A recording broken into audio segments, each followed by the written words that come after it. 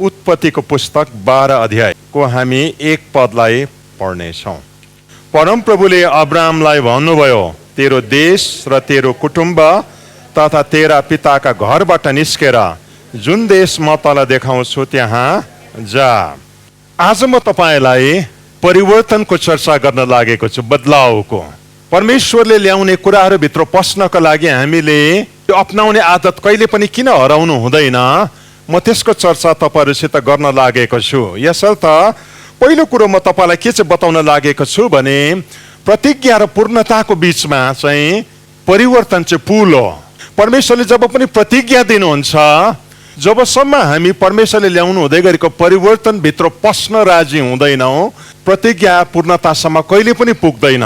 प्रतिज्ञा र पूर्णताको बिचमा पुलको रूपमा चाहिँ के छ भन्नुहोस् त? परिवर्तन। मैले मिलाएको होइन, तर आज प मिलेछ, 4वटा प चाहिँ भुल्नु भएन भने तपाईँलाई याद राख्नु सजिलो पर्छ। उत्पत्ति 12 अध्यायको 1 पदलाई हेर्नुभयो भनेदेखि परमप्रभुले अब्राहमलाई भन्नुभयो, तेरो देश र तेरो कुटुम्ब तथा तेरा पिताका घरबाट निस्केर जुन देश म तँलाई देखाउँछु त्यहाँ जा। 2 र 3 पदलाई पनि हेरौँ न। त्यहाँ लेखेको छ, म तँबाट एउटा ठुलो जाति खडा गर्नेछु र तँलाई आशिष दिनेछु। म तेरो नाउँ प्रसिद्ध गराउनेछु र त आशिषको मूल हुनेछस्। तँलाई आशिष दिनेहरूलाई म आशिष दिनेछु, तँलाई श्राप दिनेहरूलाई श्राप दिनेछु। तँद्वारा नै पृथ्वीका सबै कुलले आशिष पाउने छ। परमेश्वरले अब्राहमलाई आशिषको प्रतिज्ञा गर्नु हुँदैछ। म तँबाट एउटा ठुलो जाति खडा गर्नेछु, म तँलाई आशिष दिनेछु, म तेरो नाउँ प्रसिद्ध गराउनेछु, तँ आशिषको मूल हुनेछस्। अनि आशिषको बारेमा एउटा कुरा याद राख्नुहोस्, त्यो चाहिँ के भनेदेखि परमेश्वरको आशिषले चाहिँ तपाईँ अहिले जत्रो हुनुहुन्छ नि त्योभन्दा ठुलो बनाउँदछ। अब्राहमलाई परमेश्वरले जुन आशिषको प्रतिज्ञा गर्दैछ, अब्राहम अहिले जुन अवस्थामा छ त्योभन्दा ठुलो एउटा परमेश्वरले प्रतिज्ञा उसलाई दिनु हुँदैछ। 1 पदमा तपाईँले हेर्नुभयो भनेदेखि तपाईँले 2वटा शब्द तपाईँले यहाँनिर ध्यान दिन सक्नुहुन्छ। पहिलो शब्द चाहिँ के छ भनेदेखि नि निस्केर, अनि दोस्रो शब्द चाहिँ जा भन्ने शब्द छ। इङ्ग्लिसमा पनि तपाईँले हेर्नुभयो भनेदेखि न्यू लिभिङ ट्रान्सलेसनमा यो 2वटा शब्द स्पष्ट छुट्टिएको छ। The Lord hath said to Abram, leave your native country, your relatives and your father's family and go to the land that I show you. यहाँनिर 2वटा शब्द छ है त, leave र अर्को चाहिँ के छ? go. अब्राहमको जिन्दगी के भइराखेको छ? राम्रै चलिराखेको छ, राम्रै कमाइराखेको छ, खाइराखेको छ। अब्राहमकै पेसा चाहिँ के थियो थाहा छैन, तर तपाईँले यसै खण्डको 3-4 पदमा हेर्नुभयो भने अब्राहम चाहिँ धनी मान्छे थिए। उसित पैसा रुपियाँको अभाव थिएन, उसको घरमा नोकर चाकर पनि थियो।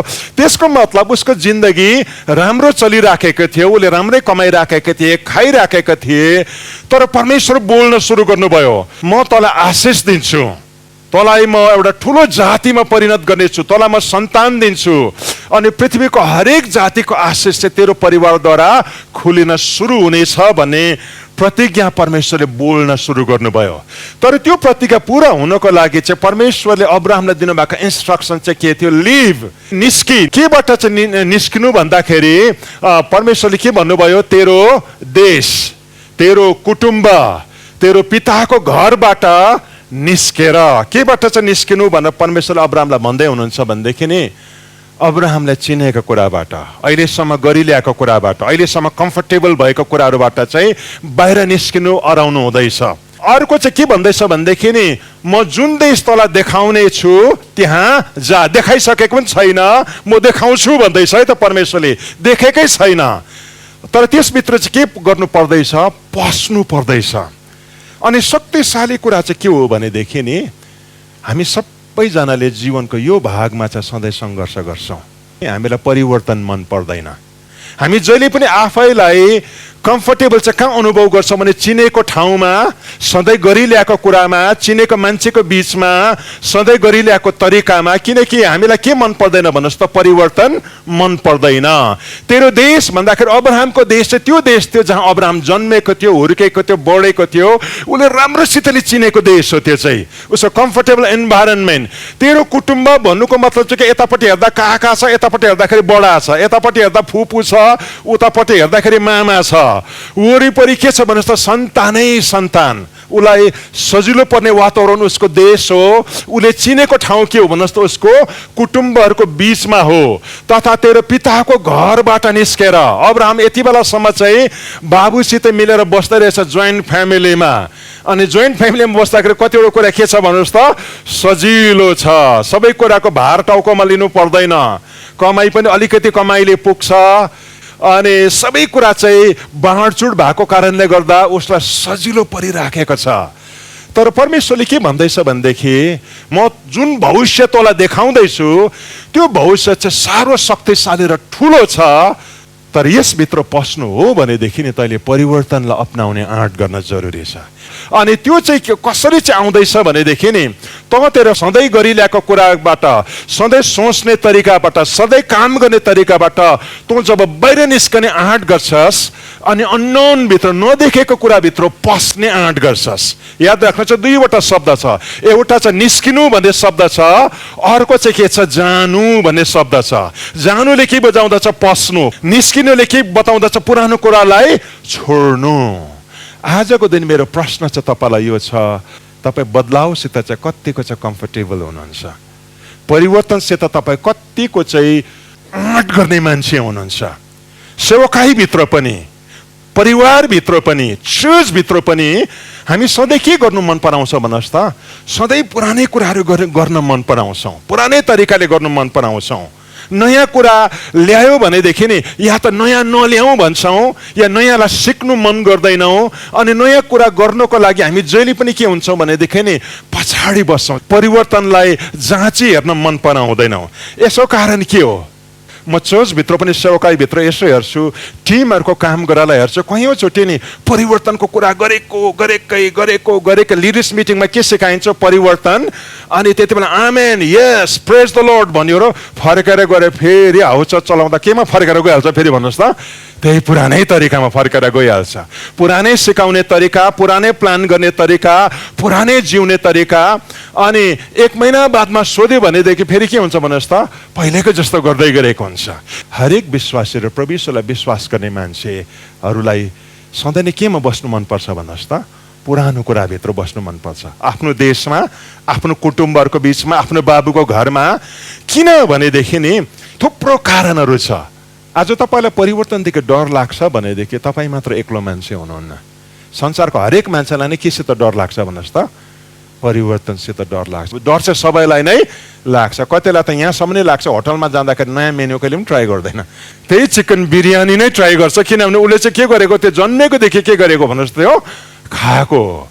चर्चमा आउँदाखेरि पनि तपाईँ सक्नेछ भएदेखि सधैँ एउटै चेयरमा बस्नु मन पराउनुहुन्छ। कोही कोही बेला चर्चमा आँखा चिम गरेर यसो गर्दा पनि भन्नु सक्छ को कहाँ बसेको छ भन्ने नि। किनभनेदेखि हामीलाई सधैँ के मनपर्छ भन्नुहोस् त, एउटा चेयर मनपर्छ। यसो हेर्दाखेरि सधैँ को देखोस् जस्तो लाग्छ, छेउमा चिनेको साथी देखोस् जस्तो लाग्छ। त्यसले गर्दा हामी चर्चमा आउँदाखेरि अर्कोलाई पर सारेर उसलाई यहाँ ल्याउनु खोज्छौँ। किनभनेदेखि नि हामी अपरिचित कुरादेखि के गर्छौँ, डराउँछौँ, नयाँ कुरा ट्राई गर्नदेखि डराउँछौँ। अनि नचिनेको कुराको बिचमा चाहिँ हामी आफैलाई असजिलो अनुभव गर्छौँ। तर याद राख्नुहोस्, परमेश्वरले ल्याउँदै गरेको कुरा छ नि, परिवर्तन भित्र आउँदछ। परमेश्वरले जो पनि कुनै पनि कुरा ल्याउनुहुन्छ, त्यो ल्याउँदै गर्दाखेरि चाहिँ परमेश्वरले भन्नुहुन्छ, तेरो देशलाई छोड्ने आँट गर, तेरो कुटुम्बलाई छोड्ने आँट गर, तेरो बाबुको घरलाई छोड्ने आँट गर, किनकि मैले ल्याउन लागेको कुरा चाहिँ यति साह्रो ठुलो छ कि पुरानो कुराहरूभित्र अटाउन सक्दैन। यो पुरानो कुराहरूभित्र यसलाई हाल्न सकिँदैन। यसो त तँ ठुलो कुराभित्र पस्न पनि चाहन्छस्, तर पुरानो कुरा छोड्न पनि चाहँदैनस् भनेदेखि नि त कचल्टिन सुरु हुन्छस्, स्ट्याग्नेसनभित्र पस्न सुरु हुन्छस्। अनि आजको दिन मेरो शक्तिशाली चुनौती छ तपाईँहरूलाई, यो परिवर्तनलाई अपनाउने आँट गर्नुहोस्, बदलावभित्र पस्ने आदत बसाल्नुहोस्। यो चाहिँ आत्मिक जीवनमा मात्र होइन, तपाईँको व्यवसायभित्र, तपाईँको पेसाभित्र पनि, तपाईँको बिजनेसभित्र, तपाईँको काम गर्ने तरिकाहरूभित्र तपाईँले बदलावको लागि चाहिँ ठाउँ बनाउन अत्यन्तै जरुरी छ। हामी धेरैचोटि नि किन चाहिँ नयाँ कुराभित्र पस्न मन पराउँदैनौँ, एउटा कारण चाहिँ के हो भनेदेखि यो पहिला कहिले पनि नगरेको हो। यसो त सफल हुन्छ कि असफल हुन्छ हामीलाई थाहा हुँदैन, अनि हामी असफल हुनदेखि के गर्छौँ, डराउँछौँ। चाहिँ हामीलाई डर लाग्छ, तर कुरा चाहिँ के हो भनेदेखि हामीले आँट गर्यौँ भने मात्र परमेश्वरले ल्याउँदै गरेको कुराभित्र हामी पस्न सक्छौँ। हामी धेरैचोटि नयाँ कुराभित्र पस्ने पाइला नउचालेको एउटा कारण चाहिँ के हो भनेदेखि नयाँ कुरा चाहिँ जहिले पनि के हुँदछ, असजिलो हुँदछ। किनकि पुरानो कुराको यति बेसी ट्रेनिङ भइसकेको छ, आँखा चिम गरेर नसोचिकन पनि सरर गर्नु सक्छ। वेलकमको टिमले पुरानो काम गर्ने तरिकामा यति बेसी ट्रेनिङ भएको छ, ओरिएन्टेसन गराउनै पर्दैन, आँखा इसारा मात्र गर्दाखेरि फटफट फटफट गरिहाल्छ, किनकि त्यो ट्रेनिङ बसेको छ। या साउन्डको टिमले या हाउचर चलाउने मानिसहरूले हेर्नुहोस् है त, कैयौँचोटि नि पुरानो कुरामा बानी चाहिँ हुँदै गएपछि प्रिपेयर गर्नु पर्दैन, उब्नु मात्रै पर्छ। के हुन्छ भन्नुहोस् त, सरर आइहाल्छ, किनकि वर्षौँदेखि चाहिँ त्यो गरेर ल्याएको। तर नयाँ कुरा गर्ने जब तपाईँले आँट गर्नुहुन्छ नि, पुरानो कुरा काम लाग्दैन त्यहाँनिर चाहिँ। त्यति बेला तपाईँले नयाँ ट्रेनिङ गर्नु पर्दै गरेको हुन्छ, नयाँ कुरा सिक्नु पर्दै गरेको हुन्छ। कोही बेला पारा आउँदैन, कोही बेला भुल हुने डर। अनि कैयौँचोटि नि हामी पुरानो कुरालाई समातेर बसेको एउटा कारण चाहिँ के हो भनेदेखि पुरानो कुराले हामीलाई के दिँदछ भनेदेखि एउटा सुरक्षा र सफलताको एउटा झुटो आश्वासन दिँदछ, फल्स सेन्स अफ सेक्युरिटी। त्यो चाहिँ कस्तो हो भनेदेखि नि हामीलाई सधैँ गरिरहेको कुरा यति बेसी बानी भएको हुन्छ, नसोचिकन पर्फेक्टली फट फट फट फट फट ठिकसितले गर्नु सक्छौँ। अनि त्यो गर्दै जाँदाखेरि जब त्यो काम टक्क सकिन्छ, त्यति बेला हामीलाई के लाग्छ, म सक्सेस भएँ जस्तो लाग्छ। तर याद राख्नुहोस्, परमेश्वरको अगाडि चाहिँ हामीले कामलाई चाहिँ कति मजाले गऱ्यौँ होइन। परमेश्वरले हाम्रो कामको मूल्याङ्कन चाहिँ के को आधारमा गर्नुहुन्छ, तैँले मजाले गरिस् तर कि यसले रिजल्ट उत्पन्न गर्यो, के बदलाव आयो, परिवर्तन आयो, जुन कुरा उत्पन्न हुनुपर्ने थियो त्यो उत्पन्न भइराखेको छ कि छैन। म चर्चमा आएर मजाले फररररररर बोलेँ, हेर्नुहोस् है, ट्रेनिङले गर्दाखेरि बोल्नु सक्छ सिकेको कुराहरूले गर्दाखेरि। तर परमेश्वरले सोध्नुहुन्छ कि मानिसको जीवन बदलियो। अनि कैयौँचोटि नै हामी इफेक्टिभ भइराखेको छौँ कि छैनौँ, प्रभावकारी भइराखेको छ कि छैनौँ, त्यो सोच्दैनौँ। अनि एउटा मिटिङ चाहिँ हामीले मजाले चलाएपछि, एउटा काम चाहिँ मजाले गर्नु सकेपछि हामीलाई के लाग्दछ, म सक्सेस भएँ जस्तो लाग्दछ। यसो त नयाँ कुराभित्र हामीलाई पस्न आँट नगरेको एउटा कारण चाहिँ के हो भनेदेखि नि पुरानो कुराहरूभित्र हामी आफैलाई ढुक्क र सुरक्षित अनुभव गर्छौँ। तर आज बिहान म के विश्वास गर्न लागेको छु भनेदेखि नि परमेश्वरले धेरै मान्छेको गुणबाट चाहिँ तपाईँलाई बाहिर ल्याउन लाग्नु भएको छ है त। तपाईँलाई थाहा छ, जब चिलको बच्चा या गरुडको बच्चा अन्डाबाट जब बचेर निस्कन्दछ, ती सानो सानो हुँदछ, तिनीहरूको प्वाख पलाएका हुँदैन, तिनीहरू साना हुन्छन्। बाबु र आमा चिलले त्यसलाई खानेकुरो ल्याउँदै खुवाउँदै, त्यसले गर्दा बाउ आउने साथ मुखे गर्दछ आ गर्छ, आमा आउने साथ मुख आ गर्छ, अनि आ गर्ने साथ के भइहाल्छ, ख्वापै खुवाइदिँदछ, अनि त्यसले दुःख गर्न पर्दैन, मजा आउँछ। तर जब त्यसको प्वाख पलाउन थाल्छ, जब त्यो ठुलो हुन्छ, त त्यति बेला नै के हुँदछ भने एक दिन एउटा खालको दिन आउँदछ, जुन दिन चाहिँ के हुँदछ भन्नुहोस् त, बाबुले चारो ल्याउँदैन अनि आमाले चारो ल्याउँदैन।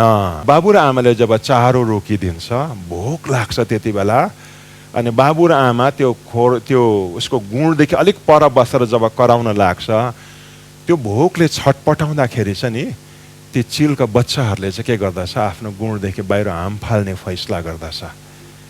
तर जसै हाम फाल्दछ नि, ऊ परिवर्तनभित्र पस्ने जसै आँट गर्दछ, उसको प्रमोसन हुँदछ। अनि त्यो प्रमोसनमा चाहिँ मुख आ गरेर चारो खाने बच्चादेखि नि आफै उड्न सक्ने चिलमा चाहिँ ऊ परिणत हुँदछ। परमेश्वरले आजको दिन मलाई के लाग्दछ, म तपाईँले धेरैजनालाई चाहिँ गुणदेखि बाहिर निकाल्न लाग्नु भएको छ। अनि परमेश्वर तपाईँलाई एउटा प्रमोसनभित्र, परमेश्वरले एउटा उन्नतिभित्र, एउटा ठुलो इलाकाभित्र लैजान खोज्नु हुँदैछ। तर हामी किन पर्खेर बसिराखेको छ, पुरानो ऋतुमा मुख आ गरेर खानु पाउँथ्यो नि, त्यसलाई पर्खेर बसेको जस्तै मलाई यो गुण नै ठिकै छ, म जन्मेको ठाउँ नै ठिकै छ, मैले गरिरहेको तरिका नै ठिकै छ, म नयाँ कुरा ट्राई गर्न चाहदिनँ भन्ने मेन्टालिटीमा चाहिँ तपाईँ र मैले नै स्ट्रगल गरिराखेका छौँ।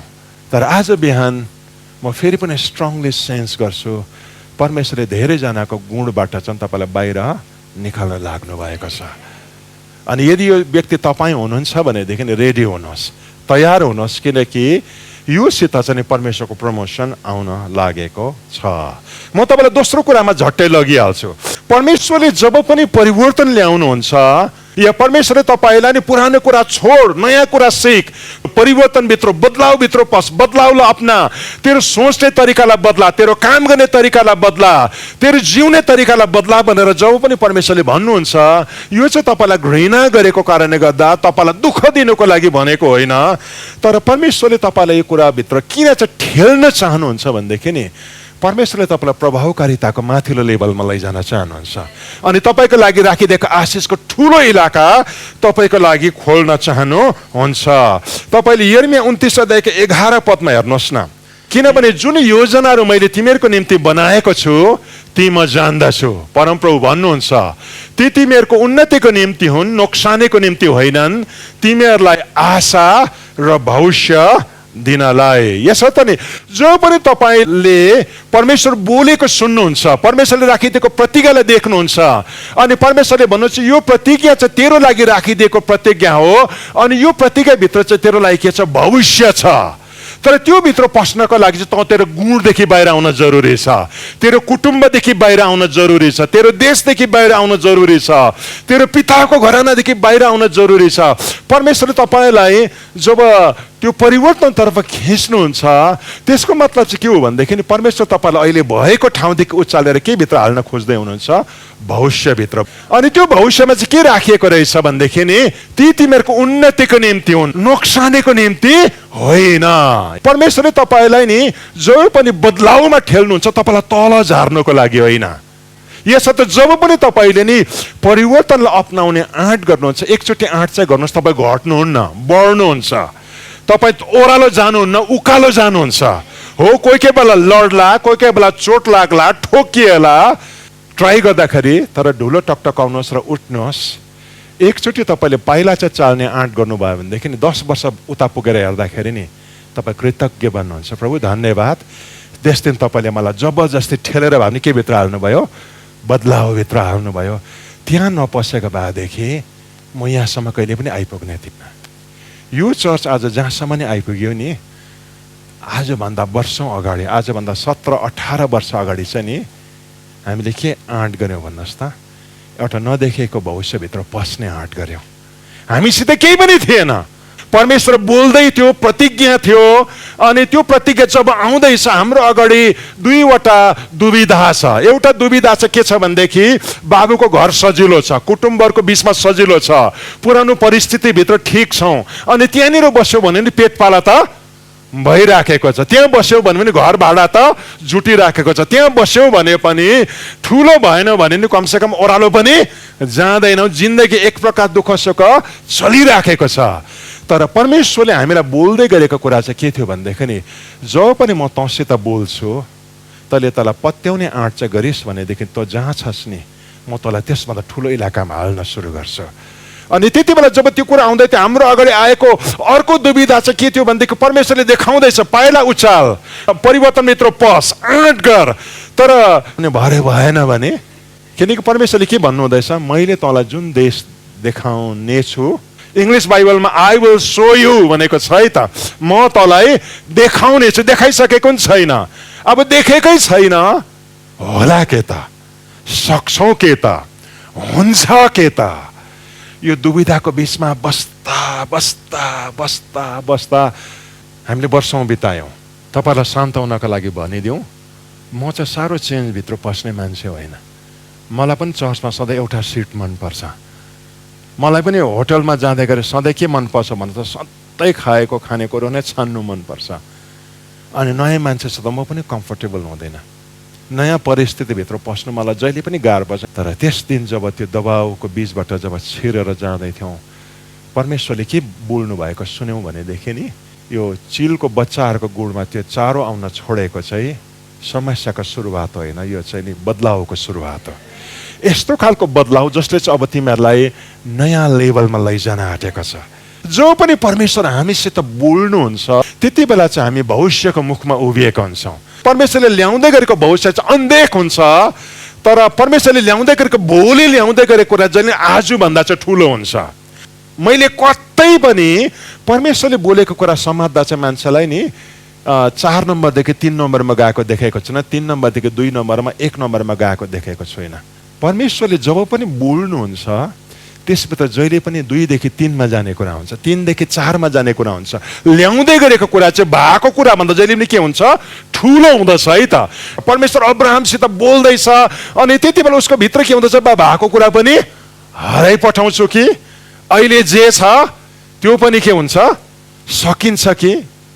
कयौँचोटि हाम्रो जोखिम चाहिँ के हो भनेदेखि म लेभल 4 मा छु तर लेभल 6 मा पुग्ने सपनामा जब म पाइला चाल्छु बा झरेर लेभल 2 मा पाउँछु कि हाम्रो ठुलो दुविधा चाहिँ यो।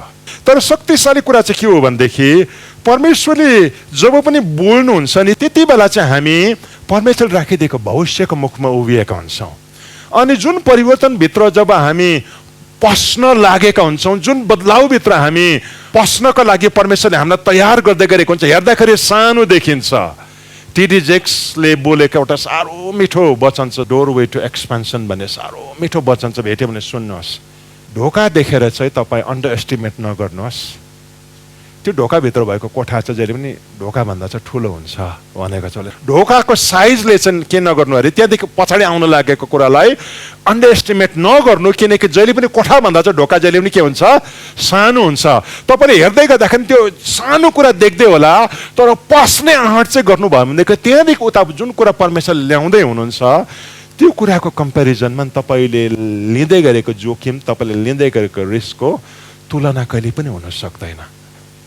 आज म के विश्वास गर्छु भनेदेखि नि परमेश्वर तपाईँले धेरैजनालाई त्यो परिवर्तनको ढोकाबाट के गर्दै हुनुहुन्छ, भित्र लैजाँदै हुनुहुन्छ है त। अब्राहम पनि त्यो दुविधामा आइपुगेको छ तर परमेश्वरले यर्मियालाई भनेको कुरा नै अब्राहमको जीवनमा लागु हुन्छ है त। यर्मियालाई परमेश्वरले के भन्दैछ, मैले जुन योजनाहरू तिमीहरूलाई बनाएको छु त्यो योजनाभित्र चाहिँ के रहेछ, भविष्य छ। के छ अरे, भविष्य। त्यो भित्र आशा छ। त्यसलाई चाहिँ तिमी समात्ने आँट चाहिँ गर्छौ भने मैले त्यो ल्याएको चाहिँ तिमीहरूलाई नोक्सानी गर्नको लागि होइन तर तिमीहरूलाई उन्नति दिनको लागि मैले ती कुराहरू तिमीहरूको जीवनमा ल्याएको छु। वास्तवमा नि अब्राहमको जीवनमा परमेश्वरले जुन कुरा ल्याउन लागेको थियो उसको सानो मस्तिष्कले त्यति बेला सोच्नु पनि सक्थेन ऊ कत्रो कुराभित्र चाहिँ पस्न लागेको छ। उत्पत्ति 12 को 2 र 3 पदलाई हेरौँ न। म तँबाट एउटा ठुलो जाति खडा गर्नेछु र तँलाई आशिष दिनेछु। म तेरो नाउँ प्रसिद्ध गराउनेछु, त आशिषको मूल हुनेछस्। तँलाई आशिष दिनेहरूलाई म आशिष दिनेछु, तँलाई श्राप दिनेहरूलाई श्राप दिनेछु। तँद्वारा नै पृथ्वीका सबै कुलले आशिष पाउनेछ। वास्तवमा अब्राहमको सानो दिमागभित्र अटाउन पनि सक्दैन। ऊ बाँझो छ तर परमेश्वरले के भन्दछ, म तँबाट एउटा ठुलो जाति खडा गर्नेछु, म तँलाई आशिष दिनेछु। अब्राहम एउटा ठाउँको कुनामा कसैले नचिनेको मान्छे छ, ऊ त्यतिकै नै मर्न लागेको छ। यो प्रतिज्ञा आउँदै गर्दा उसको उमेर 75 वर्ष पुगिसकेको छ। अब कति चाहिँ बाँच्छ होला थाहा छैन किनकि 75 वर्ष चाहिँ एउटा उमेर छिपिएको अवस्था हो। तर परमेश्वरले के भन्दछ, म तेरो नाउँ प्रसिद्ध गराउनेछु, तँ आशिषको के हुनेछस्, मूल हुनेछस्। तँलाई आशिष दिनेहरूलाई म आशिष दिनेछु, तँलाई श्राप दिनेहरूलाई म श्राप दिनेछु। तँद्वारा पृथ्वीको सबै कुलले आशिष पाउनेछ। अब्राहमले आफ्नो अवस्थालाई हेर्दैछ सानो छ, प्रतिज्ञालाई हेर्दैछ के भन्छ, परमेश्वरले ठुलो कुरा राखिदिएको छ। अनि पसौँ कि नपसौँ, पसौँ कि नपसौँ, किनभने परमेश्वरले ल्याउँदै गरेको कुराभित्र पस्नको लागि मूल्य चाहिँ उसले के चुकाउनु पर्दैछ, परिवर्तनभित्र पस्ने आँट गर्नु पर्दैछ, बाउको घरलाई छोड्ने आँट गर्नु पर्दैछ, देशलाई छोड्ने आँट गर्नु पर्दैछ। अनि त्यो परिवर्तनभित्र ऊ पस्छ चाहिँ भनेदेखि के हुन्छ भन्नुहोस् त, ऊ नचिनेको जातिको बिचमा पुग्छ, नचिनेको देशमा पुग्छ, कहिले नगरेको काम उसले गर्न सुरु गर्नु पर्छ। यो ठाउँमा आइपुग्दाखेरि चाहिँ हामी धेरैजनाले के गर्छौँ भनेदेखि नि सङ्घर्ष गर्छौँ। अनि हामी प्रायको बानी चाहिँ कस्तो हुन्छ भनेदेखि नि जबसम्म समस्यामा पर्दैनौँ, चेपारोमा पर्दैनौँ, थुनिएर जाने ठाउँ कतै पनि हुँदैन तबसम्म चाहिँ के गर्दैनौँ, बदलावको लागि पाइला उचाल्दैनौँ। समस्या नआउन्जेलसम्म चाहिँ हामी सबैलाई लाग्ने एउटा बिमार चाहिँ के हो, चल्छ, चलिराखेको छ त, चल्छ त। अब किन चाहिँ हामीले नयाँ कुरा ट्राई गर्नु पर्यो, किन चाहिँ त्यसै दुःख उठाउनु, चलिराखेको छ त। तर परमेश्वरले चाहिँ के गर्न चाहनुहुन्छ भनेदेखि नि हामीलाई चल्छदेखि बाहिर ल्याउन चाहनुहुन्छ। चलिराखेको छ त, चर्चमा मान्छे आइराखेको छ, नयाँ कुरा किन ट्राई गर्नु पर्यो, चलिराखेको छ, सेवा भइराखेको छ, अब योभन्दा बढी के चाहियो। अनि यो चल्छभित्र जब हामी जिउँछौँ नि तबसम्म हामी पाइला नउचाल्ने मान्छे हुन्छ जबसम्म हामीलाई के आउँदैन समस्या आउँदैन। अनि हामी धेर जसोले चाहिँ के गर्छौँ भनेदेखि नि हामीले पाइला चाहिँ त्यति बेला उचाल्छौँ जति बेला चाहिँ सबै कुरा भत्केर जान्छ अनि केही पनि काम नलाग्ने हुन्छ। त्यति बेला चाहिँ नि म बिजनेस चेन्ज गर्छु, म सेवकाईलाई के गर्छु बदलाउँछु या काम गर्ने तरिकालाई बदलाउँछु। तर याद राख्नुहोस् कसैले साह्रो मजाले भनेको छ बदलाउको फैसला लिने नि सबभन्दा नमिठो टाइम चाहिँ कति बेला हो भन्नुहोस् त, समस्याबाट भएर जाँदै गर्दा। तपाईँले यसो ग्राफलाई हेर्नुभयो भनेदेखि हामी सबैको जीवनमा up and down and up and down and up and down यस्तो टाइमहरू आउँछ जति हामी समस्यामा नि पर्छौँ सफलताका शिखरमा नि पुग्छौँ। अनि धेरै जसो मान्छेले चाहिँ परिवर्तनको फैसला चाहिँ माथि हुँदा लिँदैन, कहाँ हुँदा लिन्छ भन्नुहोस् त, तल हुँदाखेरि। तर म तपाईँलाई गहिरो कुरा भनिदिउँ, बदलाउको फैसला लिने बेला चाहिँ तल गएको बेलामा होइन। कति बेला भन्नुहोस् त, जति बेला तपाईँको चर्चमा राम्रै मान्छे आइराखेको छ त्यति बेला नै बदलाउको फैसला लिइहाल्नु पर्ने। जति बेला मेलमिलाप छ त्यति बेला नै लिइहाल्नु पर्ने हो। जति बेला पैसा रुपियाँ जुटिराखेको छ त्यति बेला नै लिनुपर्ने हो। जति बेला सबै कुरा राम्रो भइराखेको छ त्यति बेला नै नयाँ कुरा सोच्नु थालिहाल्नु पर्ने हो, नेक्स्ट स्टेप सोच्नु थालिहाल्नु पर्ने हो। किनभने जब तल हुन्छ त्यति बेला झगडा हुँदै गरेको हुन्छ, तपाईँले लिएको फैसला लेखेको झन् तितो बनाउँदै लान्छ। जति बेला तल गएको हुन्छ त्यति बेला पैसाको अभाव भइराखेको हुन्छ अनि त्यति बेला तपाईँलाई नयाँ बदलाउको लागि चाहिने खर्च जुटाउनु के पर्छ भन्नुहोस् त, गाह्रो पर्छ।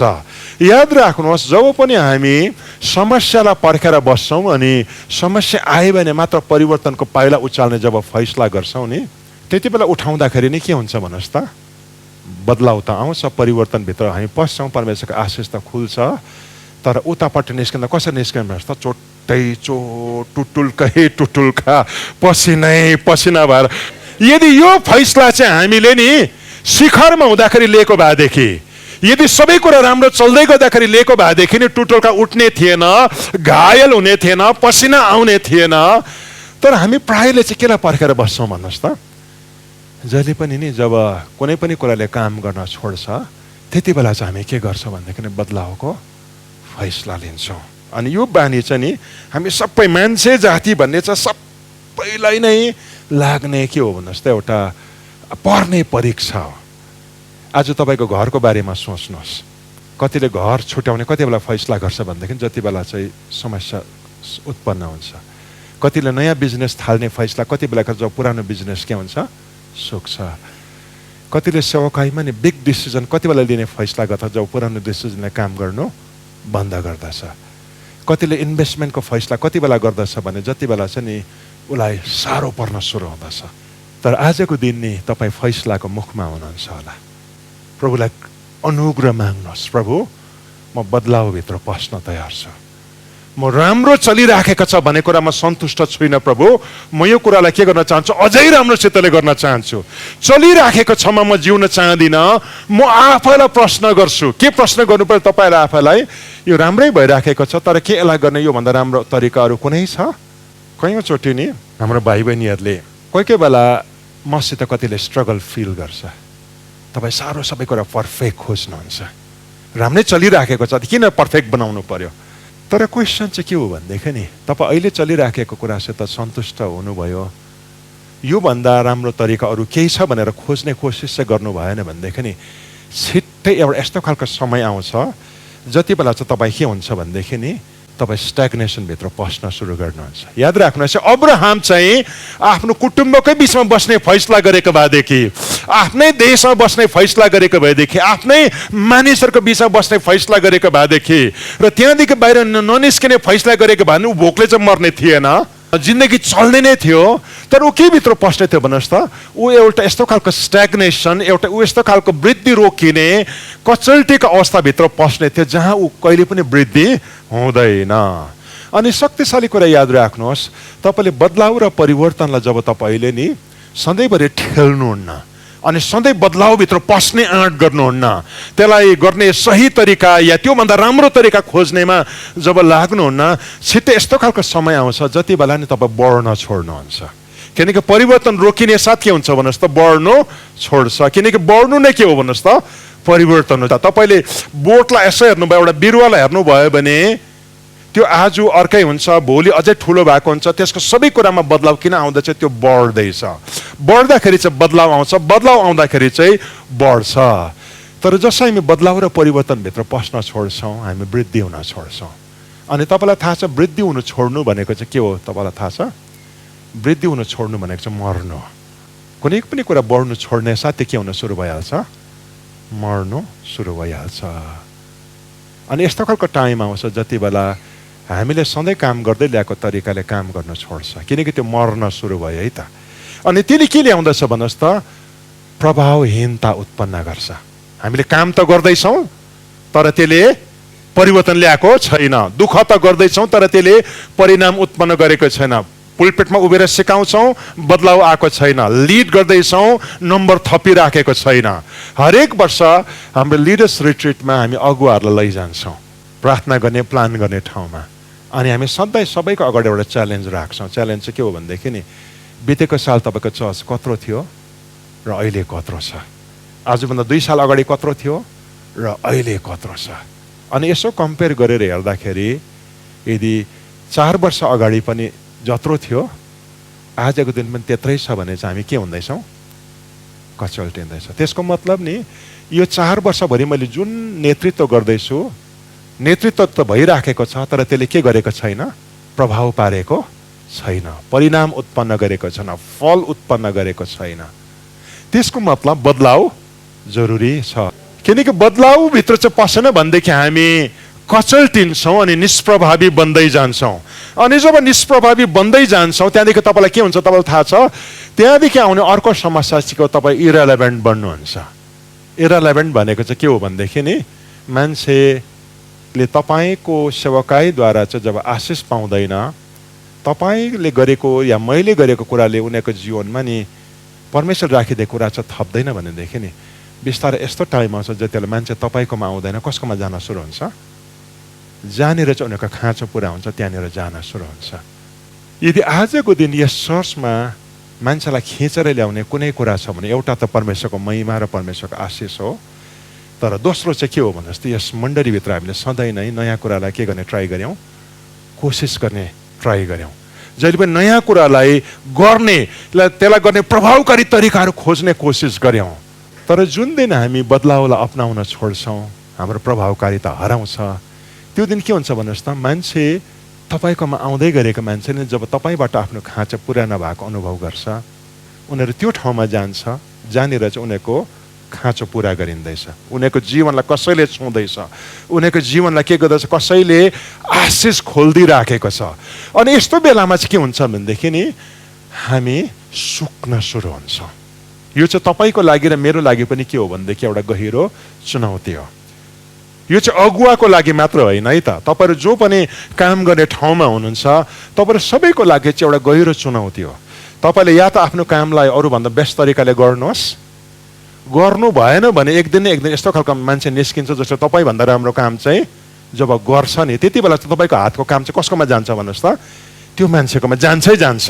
तपाईँ मिस्त्री हुनुहुन्छ भनेदेखि नि तपाईँले जुन लेभलमा रन्डा लाउनुहुन्छ, जुन लेभलमा काँटी ठोक्नुहुन्छ, जुन लेभलमा टेबल बनाउनुहुन्छ राम्रो छ। तर यो कुरालाई चाहिँ तपाईँले नि अझै राम्रो बनाउँछु, अझै माथिल्लो लेभलमा लान्छु भन्ने चाहिँ सोच्नु भएन भने ढिलो छिटो तपाईँको इलाकामा चाहिँ के आउँछ भन्नुहोस् त? नयाँ मिस्त्री आउँछ। अनि नयाँ मिस्त्रीको काम चाहिँ तपाईँभन्दा जब राम्रो हुन्छ, मान्छेले तपाईँको केसको स्टाइल हेरेर चाहिँ काम दिँदैन, मान्छेले तपाईँको हाइट र अनुहारलाई हेरेर पनि काम दिँदैन। अनि त्यति बेला चाहिँ मान्छेले जुन कुरा खोज्दैछ, यदि अरू कसैले नि त्योभन्दा राम्रो सर्भिस चाहिँ दिँदैछ भनेदेखि नि क्लाइन्ट चाहिँ कहाँ जान्छ? त्यहाँ जान्छै जान्छ। अनि यो चाहिँ कम्पिटिसन होइन, याद राख्नुहोस् है। आजको यसो सुन्दाखेरि तपाईँलाई लाग्ला यो चाहिँ एउटा चर्चदेखि बाहिर संसारको कुरा गरेको जस्तो, बिजनेसको कुरा गरेको जस्तो तपाईँलाई लाग्ला। तर गहिरो कुरा म तपाईँलाई भनिदिउँ, परमेश्वर चाहिँ प्रभावकारिताको परमेश्वर हुनुहुन्छ। परमेश्वरले जहिले पनि आफूले गरेको कुराभित्र चाहिँ रिजल्ट खोज्नुहुन्छ। बाइबलमा परमेश्वरले गरेको कुनै पनि कुरा चाहिँ व्यर्थ भएन। उहाँले हरेक कुरा जब गर्नुभयो नि सफलतापूर्वक गर्नुभयो। अनि उहाँले के चाहनुहुन्छ? उहाँको मान्छेले पनि कुनै पनि काम गर्दाखेरि केही नभएको चाहिँ देख्न चाहनुहुन्न। परमेश्वरले आकाश बनाउनु भयो, पृथ्वी बनाउनु भयो, अनि उहाँले फर्केर आफूले बनाएको कुरालाई हेर्नुभयो। अनि हरेक पल्ट हेर्दाखेरि परमेश्वरले के देख्नुभयो? राम्रो देख्नुभयो। परमेश्वर चाहिँ नि जहिले पनि कुनै पनि काम बेस्ट तरिकाले गर्ने परमेश्वर हुनुहुन्छ। बाइबलमा नि परमेश्वरले गरेको कुनै पनि कुरा चाहिँ आधा अधुरो काँचो छैन है त। 5 रोटी र 2 माछाले खुवाउन त सुरु गरे, निकैले खाइसकेपछि लास्टको नपुगेको कतै पनि छैन।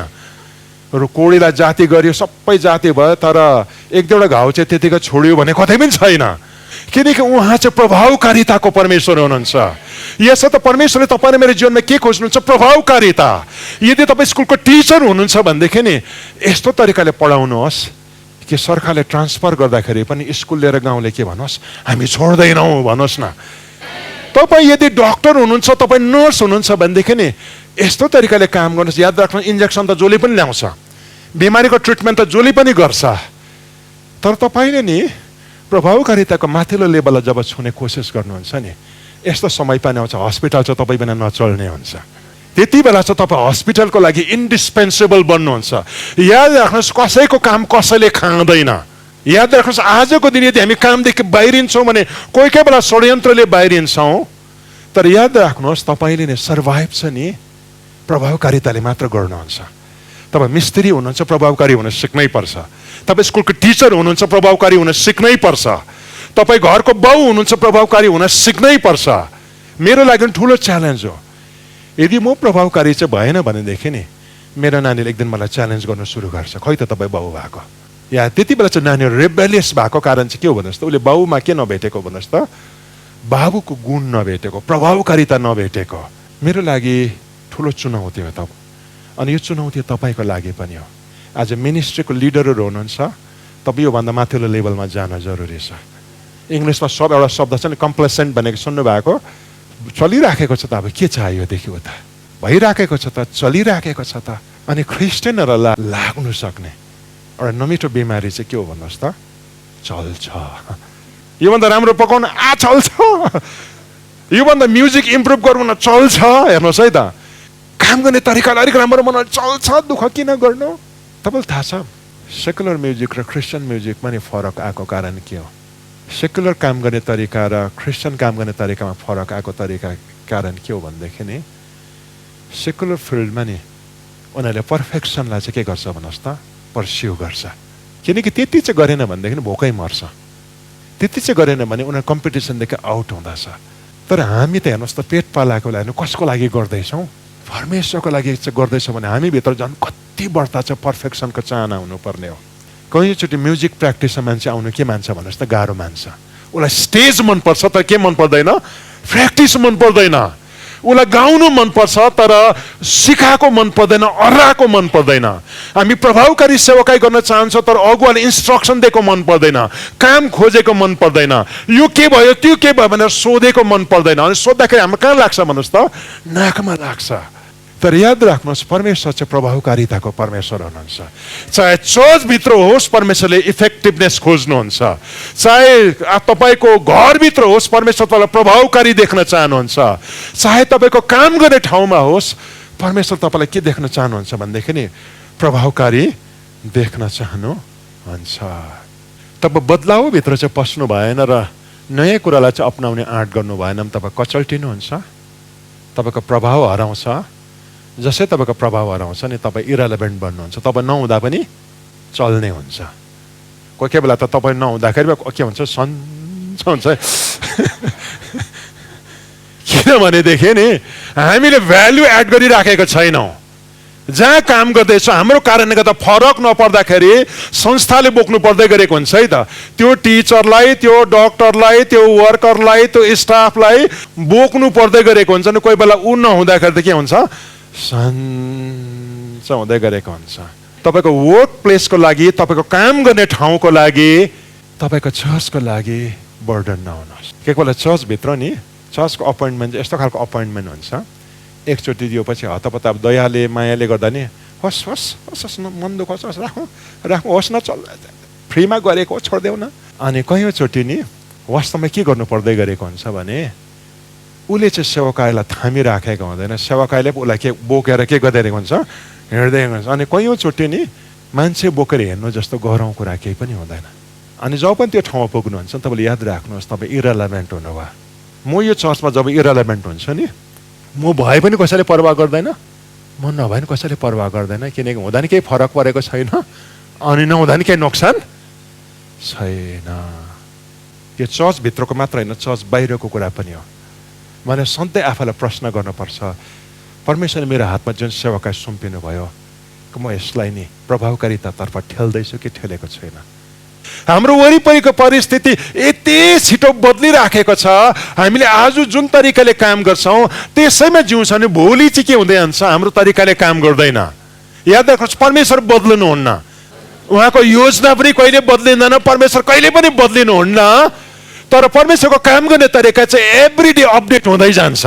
आजभन्दा हजारौँ वर्ष अगाडि डाँडामा उभिएर प्रभु यीशुले नि जोडले कराएर माइक्रोफोन बिना प्रचार गर्यो, तर आजको दिन त्यही परमेश्वरले नि इन्टरनेटको स्पिडलाई चलाउँदै हुनुहुन्छ, डिजिटल कुराहरूलाई परमेश्वरले चलाउँदै हुनुहुन्छ, मिडियालाई परमेश्वरले चलाउँदै हुनुहुन्छ।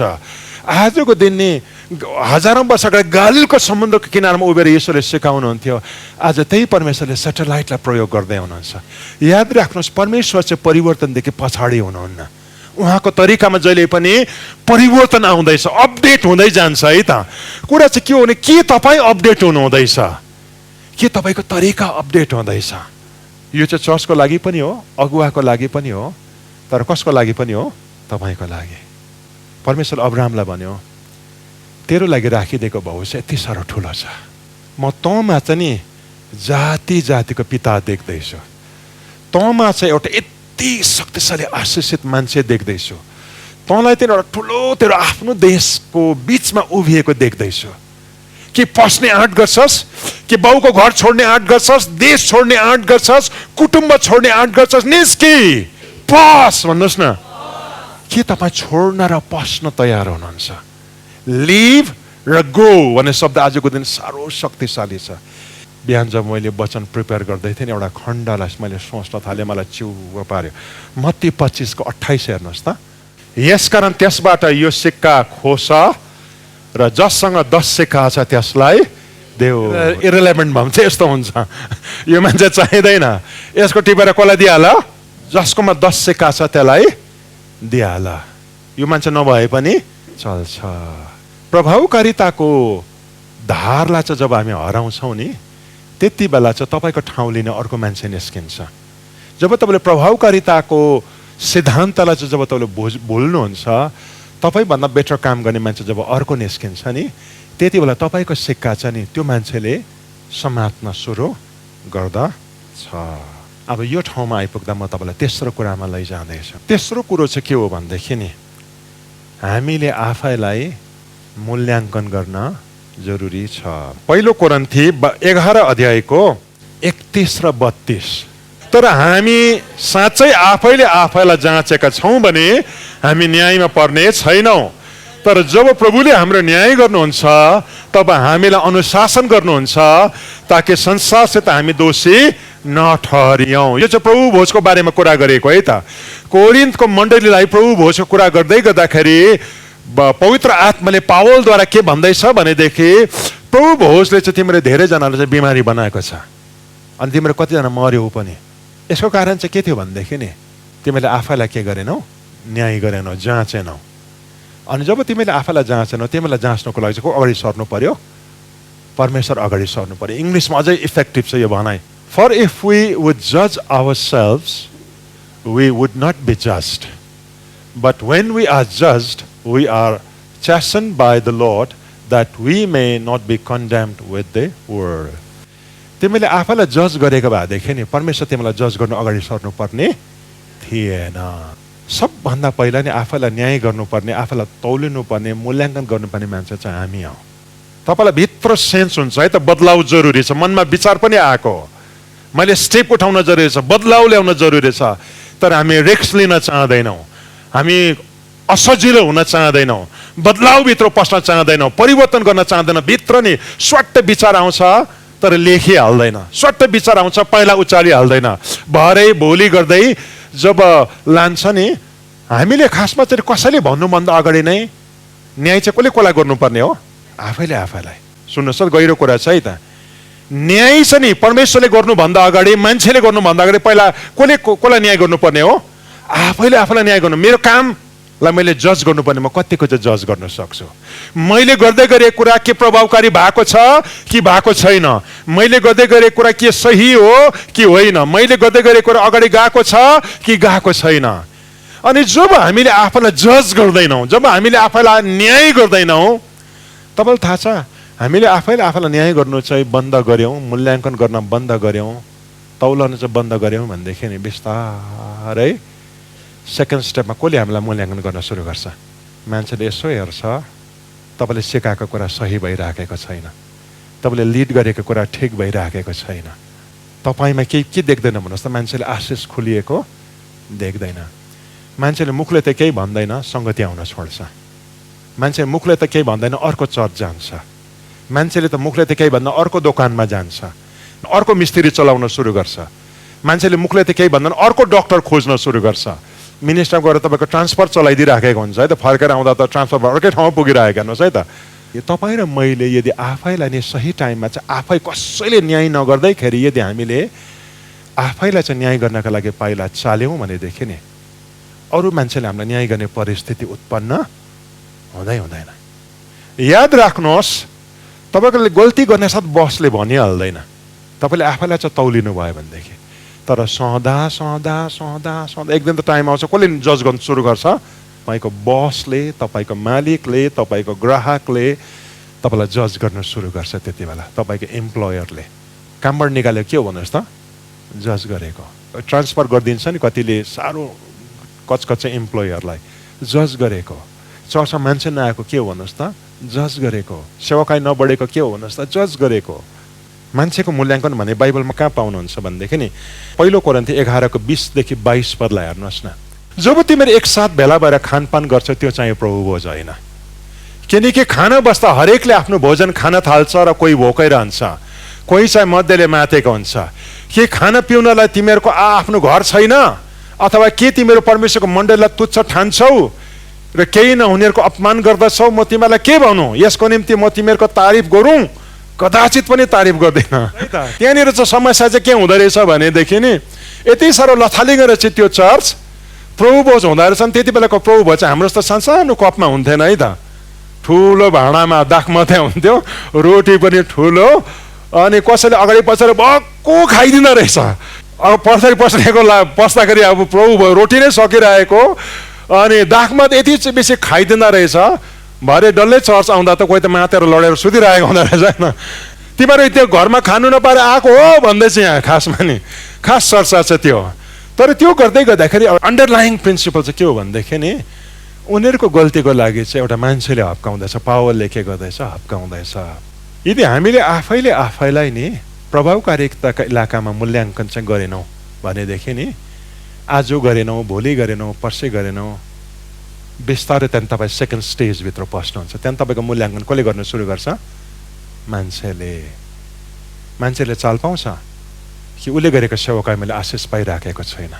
कतिले त भनिहाल्छ, कतिले भन्दैन। तर जहाँ उसले प्रभावकारी सेवाकाई पाइराखेको छ नि त्यो छोड्दछ र ऊ कहाँ जान सुरु गर्दछ? अर्को चर्चमा, अर्को ठाउँमा।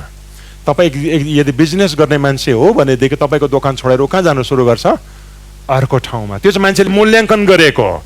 याद राख्नुहोस्, तपाईँ मिस्त्री हुनुहुन्छ तर सधैँ तपाईँलाई बोलाउने अर्को पालिदेखि अर्कै मान्छेलाई बोलाउन थाल्यो भनेदेखि चाहिँ तपाईँले के बुझ्नु थाल्नु पर्यो? म इरेलेभेन्ट भयो, अब म चाहिँ के भयो भन्नुहोस् त, अब अप्रासङ्गिक हुँदै जाँदैछु, उनीहरूको लाइफसित म कनेक्ट हुन सकिराखेको छैन। मान्छेले हाम्रो अनुहार हेरेर एक दिन माया गर्छ, मान्छेले हाम्रो रिलेसनसिपको खातिर 2 दिन रेस्पेक्ट गर्छ, तर अन्तमा चाहिँ के काम लाग्छ भन्नुहोस् त? प्रभावकारिता। शक्तिशाली कुरा चाहिँ के हो भनेदेखि नि यदि हामीले आफैलाई जज गरेनौँ भनेदेखि कसले जज गर्न सुरु गर्छ? बिस्तारै मान्छेले। अनि मान्छेले चाहिँ नि प्याच्चै भनिहाल्दैन, तपाईँको दोकान नराम्रो भन्दैन, तपाईँको छेउको अर्को दोकानमा के गर्नु थाल्छ भन्नुहोस् त? किन्नु थाल्छ। यो चर्च काम लाग्दैन भन्दैन, अर्को चर्च जानु थाल्छ है त। त्यति बेला चाहिँ के हुन्छ? तपाईँलाई पछ्याउँदिन भन्दा अर्कै मान्छेलाई पछ्याउन सुरु गर्छ। त्यति बेला चाहिँ हामीले के बुझ्नु पर्यो भने मैले मेरो इफेक्टिभनेस हराउँदै जाँदैछु। त्यति बेला सबै वृद्धि हुन सुरु हुन्छ, हामी वृद्धि हुँदैनौँ। यसो त नि पावलले के भन्छ? यदि हामीले आफैले आफैलाई यदि तौलेको चाहिँ भएदेखि नि परमेश्वरले तौलिदिने कहिले पनि आउने थिएन। प्रभावकारिताको जजमेन्ट चाहिँ जहिले पनि हामीले आफैले आफैलाई जज गर्न चाहिँ जरुरी छ। यदि हामीले त्यसलाई चाहिँ जज गरेनौँ भनेदेखि मान्छेले जज गर्छ। अनि कयौँचोटि तपाईँ एक अगुवाको रूपमा हुनुहुन्छ भनेदेखि एउटा डिफिकल्ट डिसिजनहरू कयौँचोटि मान्छे प्रभावकारी भएको हुँदैन, अनि त्यति बेला उसलाई प्रभावकारी भएन भनेर भन्नु पनि एउटा गाह्रो कुरा हो। तर प्रभावकारी भएको छैन र त्यतिकै राख्यौँ भनेदेखि के हुन्छ भनेदेखि परमेश्वरको डेस्टिनीलाई हामी मिस गरी पठाउँदै जान्छौँ। तर आज हामी प्रार्थना गरौँ, प्रभुले तपाईँलाई नि जुनै पनि ठाउँमा राखेको होस्, चाहे मिस्त्रीमा राखेको होस् कि टिचरमा राखेको होस् कि डक्टरमा राखेको होस् कि ड्राइभरमा राखेको होस् कि बिजनेसमा राखेको होस् कि सेवाकाईमा राखेको होस्, मान्छेले तौलिँदाखेरि चाहिँ नि तपाईँलाई के देखोस्? प्रभावकारी देखोस्। याद राख्नुहोस्, तपाईँले मान्छेलाई फुर्काउनु पर्दैन, सर्काउनु पर्दैन। तपाईँको सेवाकाईले चाहिँ उसको जीवनमा प्रभाव चाहिँ पार्दैछ भनेदेखि नि 25वटा दोकानलाई खोजेर तपाईँकोमा आउँछ। तपाईँकोले गर्दै गरेको कुराले चाहिँ उसको जीवनमा प्रभाव चाहिँ पार्दैछ भनेदेखि तपाईँलाई मन पराउँछ। प्रभावले चाहिँ आशिष उत्पन्न गर्छ। यसो त हामी कहिले पनि मान्छेलाई डर देखाएर साथमा राख्न सक्दैनौँ, डर देखाएर आफ्नो पछाडि ल्याउन सक्दैनौँ, डर देखाएर चर्च वृद्धि कहिले पनि गर्न सक्दैनौँ। आजसम्म हामीले सधैँभरि यस चर्चभित्र राखेको एउटा कोसिस चाहिँ के हो भने, प्रभु यो चर्चलाई प्रभावकारी हुनको लागि हामीले सिटिङ एरेन्जमेन्ट चेन्ज गर्नुपर्छ भने हामी गर्छौँ, वेलकम गर्ने तरिकालाई चेन्ज गर्नुपर्छ भने गर्छौँ। तपाईँलाई थाहा छ पहिला पहिला हाम्रो चर्चमा वचनभन्दा लामो चाहिँ सूचना हुन्थ्यो। हामीले सूचनाहरू हटायौँ, हामीले कतिवटा कुरा गर्ने कोसिस गर्दै गयौँ। किनभने यो गर्दा पो हुन्छ कि त्यो गर्दा पो हुन्छ कि त्यो गर्दा पो हुन्छ कि, किनकि प्रभुले हामीलाई के हुनको लागि बोलाएको? इफेक्टिभ हुनको लागि बोलाएको। आजको दिन मैले पनि जहिले पनि फर्केर यो चर्चलाई हेर्छु, आजभन्दा 2 साल अगाडि हामी कत्रो थियौँ र आज कत्रो छौँ।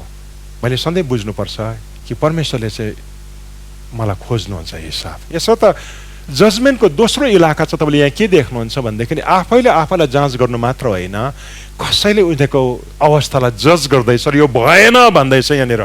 तर तेस्रो इलाकाभित्र पनि पस्छौँ। जजमेन्टको तेस्रो इलाका चाहिँ के छ भनेदेखि 32 पदमा साह्रो मजाको छ। तर जब प्रभुले हाम्रो न्याय गर्नुहुन्छ तब हामीलाई अनुशासन गर्नुहुन्छ। यदि हामीले आफैलाई मूल्याङ्कन गर्दैनौँ अनि परमेश्वरले हामीलाई जुन प्रभावकारिताको ठाउँमा ल्याउनु खोज्नु हुँदैछ हामी परिवर्तनभित्र पस्न मान्दैनौँ भनेदेखि त्यहाँदेखि अल्टिमेट जजमेन्ट चाहिँ प्रभुबाट सुरु हुन्छ।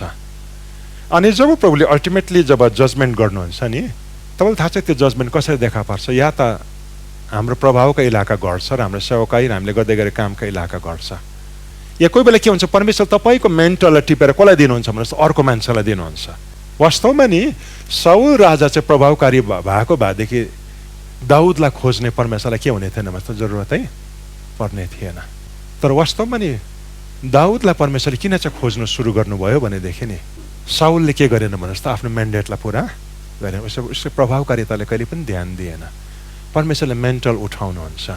अनि कतिवटा एक्सट्रिम केसेसमा परमेश्वरको जजमेन्ट कसरी आउँछ तपाईँलाई थाहा छ? कयौँचोटि चाहिँ नि परमेश्वरले आफ्नो प्रोटेक्सन, आफ्नो सुरक्षा हटाइदिनुहुन्छ।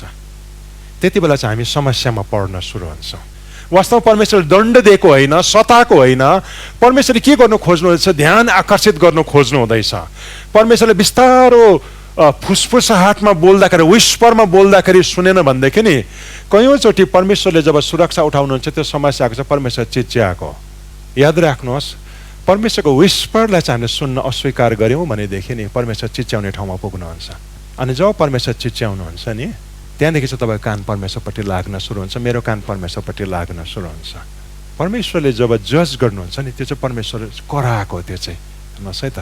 बाइबलले के भन्छ? हामीले आफैले आफैलाई जाँचौँ भन्छ।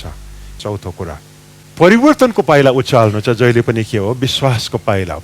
भजन सङ्ग्रह 126को 5 अनि 6 पद, आँसुको साथमा छर्नेहरूले आनन्दका गीत गाउँदै कटनी गर्नेछन्। जो रुँदै रुँदै बिउ बोकेर छर्न जान्छ त्यो फसलका बिटाहरू बोकेर आनन्दले गीत गाउँदै फर्कने छ। तपाईँले आफ्नो जीवनमा बदलावको पाइला उचाल्नु, परिवर्तनभित्र पस्ने आँट गर्नु, कुनै पनि कुरालाई नयाँ र प्रभावकारी तरिकाले गर्ने कोसिस गर्नु चाहिँ गाह्रो हुन्छ। तर त्यो चाहिँ के जस्तो रे भन्नुहोस् त? बिउ रोपेको जस्तो। अनि बिउ रोप्ने दिन चाहिँ जहिले नि केले भरिएको हुन्छ? आँसुले भरिएको हुन्छ। अनि आँसु चाहिँ एउटा प्रतीकात्मक शब्द चलाएको, यो चाहिँ एउटा मेटाफोर हो है त। तपाईँले कुनै पनि खेत रोप्नु जाँदाखेरि रुँदै रुँदै गएको देख्नुहुन्छ? देख्नुहुन्न। आलुको त्यो बस्ता बोकेर अब आलु रोप्नु जाँदाखेरि रुँदै गएको देख्नुहुन्न है। तर यो आँसु भनेको चाहिँ के हो भने त्यो दिनहरू चाहिँ गाह्रो दिन नै हुन्छ। वास्तवमा आँसुले चाहिँ के बुझाउन खोज्दैछ?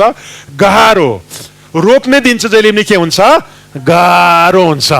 गाह्रो चाहिँ किन हुन्छ भनेदेखि नि रोप्ने दिन जहिले पनि हेर्नुहोस्, धान रोप्ने दिन चाहिँ यसो हेर्नुभयो भने त्यो चाहिँ जहिले पनि के हो भन्नुहोस् त, अगाडिको फसल कट्नेको जुन दिन थियो त्यो दिनभन्दा सबभन्दा टाढोको दिन हो।